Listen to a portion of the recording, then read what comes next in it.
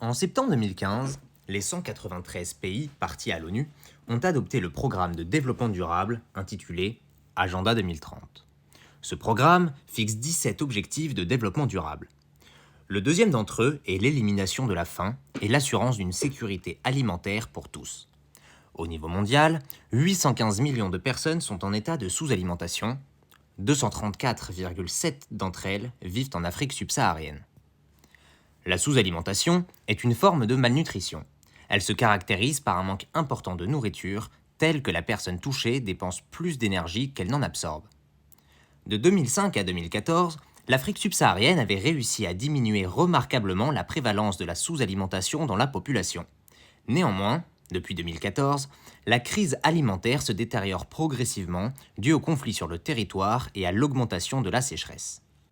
Ainsi, la question qu'on peut se poser est de savoir si les organisations internationales et les États africains sont en capacité d'agir contre la sous-alimentation engendrée par la pauvreté en Afrique subsaharienne. C'est lors de la première conférence internationale sur la nutrition, en 1992, que la sous-nutrition est devenue un enjeu mondial par la mise en avant des résultats obtenus par la recherche scientifique. Dans le monde, 48% des enfants de moins de 5 ans qui décèdent le doivent à une malnutrition et à une maladie associée. Au-delà de la mortalité, certaines séquelles de la malnutrition peuvent se conserver à vie, dont des retards de croissance et le développement de maladies chroniques, et se répercuter d'une génération à l'autre. Ainsi, la carence en vitamine A augmente la mortalité des jeunes enfants et constitue aussi la première cause de cécité évitable. De même, la carence en iode est la première cause de retard mental évitable. Toutefois, la sous-nutrition ne se définit pas toujours comme une absence totale de ressources alimentaires, mais le plus souvent comme un choix d'aliments extrêmement limité. La pénurie alimentaire entraîne également des mouvements sociaux violents motivés par la faim. On observe des individus qui prennent des armes et volent des bœufs, ainsi que l'ensemble de la nourriture qu'ils trouvent. Ces voleurs sont nommés des Dahal et sont la source de nombreuses violences, à tel point qu'en 2016, une unité spéciale a été créée par le gouvernement afin de lutter contre ces attaques au niveau continental. La sous-nutrition entraîne également d'énormes conséquences économiques. En effet, la sous-nutrition chez les enfants durant leurs 1000 premiers jours induit de façon systématique des conséquences irréversibles liées à un retard de croissance, telles que la manifestation de maladies chroniques et un développement cognitif altéré influent sur l'apprentissage, donc sur les possibilités de formation professionnelle. À long terme, cela comprend de mauvais résultats scolaires, puis des revenus faibles, la perte de productivité et le risque accru de maladies chroniques. Dr Felicitas Zawaïra, directrice de la santé, de la famille et de la reproduction, estime qu'entre 3 et 16% du PIB sont perdus chaque année en raison du retard de croissance uniquement. À Madagascar, 48,5% de la population est sous-alimentée, soit 1,5 million de personnes qui vivent la pire crise alimentaire depuis 10 ans, notamment due aux sécheresses chroniques qui durent depuis plus d'un siècle. La crise alimentaire à Madagascar s'explique essentiellement par une invasion récente de criquets pèlerins pouvant détruire 100 000 tonnes de culture en un jour, mais aussi par des tempêtes de sable récurrentes, ainsi qu'une des pires sécheresses en 40 ans due au réchauffement climatique. Celle-ci s'est manifestée lors des dernières moussons par une pluie inférieure de 60% à la normale. Alors, pour survivre, les populations malgaches consomment parfois exclusivement des insectes, des fruits de cactus ou des tubercules.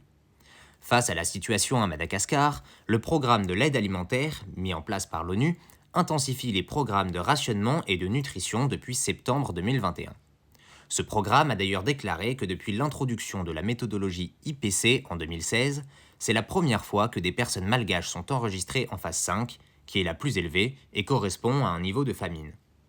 Une des autres raisons qui explique la crise alimentaire est la pauvreté massive à Madagascar, où le taux de pauvreté s'élève à 75%. Le pays se classe également comme le 28e le plus corrompu sur une étude de 180 pays. L'exemple de la vallée maudite du saphir à Ilakaka est d'ailleurs une parfaite illustration de cet état de corruption. Depuis la découverte d'un des plus gros gisements de saphir dans cette vallée, de nombreux malgaches sont confrontés à des coûts d'exploitation très élevés au regard du prix qu'ils peuvent espérer en tirer auprès des négociants sri-lankais. Cette arnaque est possible grâce à la corruption des fonctionnaires malgaches qui accordent les droits de concession à des négociants étrangers. Ainsi, la corruption à Ilakaka enferme les mineurs locaux dans un système d'exploitation sans fin et prive la population de richesses laissées à l'abandon dans une ville où l'on ne trouve pas d'État. Autre exemple, le Botswana, aujourd'hui appelé la Suisse de l'Afrique, est considéré comme le pays le moins corrompu d'Afrique et représente un modèle de réussite africain. Concernant la sécurité alimentaire, son taux de sous-nutrition n'a cessé de diminuer de 2000 à 2015, passant de 35 à 26%. Depuis son indépendance en 1966 et la mise en place d'un régime parlementaire, le Botswana a connu une croissance économique et une amélioration des conditions de vie drastiques. Sa croissance économique s'explique entre autres par l'exploitation de son secteur diamantifère qui voit le jour peu après son indépendance, avec la découverte de 3 mines de diamants. Si avant 1966, 40% du PIB du Botswana reposait sur l'agriculture, depuis les 10 dernières années, 40% du PIB repose sur le secteur minier. La croissance majeure de son économie s'explique également par la politique volontariste mise en place par le gouvernement. Contrairement aux pays voisins, le Botswana a reversé la majorité des recettes au secteur public, comme les domaines de l'éducation, la défense nationale ainsi que la santé.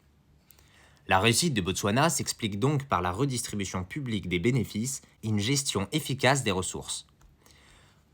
Ainsi, une des solutions théoriques qui pourrait être apportée à Madagascar serait l'exploitation publique des ressources minières de saphir et le versement des recettes aux différents services publics. Ces investissements permettraient la mise en place de solutions locales facilitant l'accès de proximité à l'alimentation. Au niveau continental, l'Afrique est une des régions du monde qui importe le plus de produits agricoles primaires. Néanmoins, une augmentation de la production agricole pourrait permettre de contrebalancer cette tendance puisque l'Afrique possède un fort potentiel de production avec 60% des terres arables inexploitées du monde. Parmi les solutions internationales envisagées, une première serait l'envoi d'outils et de machines agricoles en Afrique subsaharienne, mais adaptées à ces terres. Une deuxième serait de promulguer l'utilisation d'engrais. Une autre encore serait les OGM, afin de créer des cultures d'organismes plus résistants aux conditions climatiques difficiles. Une dernière solution serait le projet Farmer Training, qui consiste en la formation agricole d'un bénévole par village, alors chargé de transmettre ce savoir.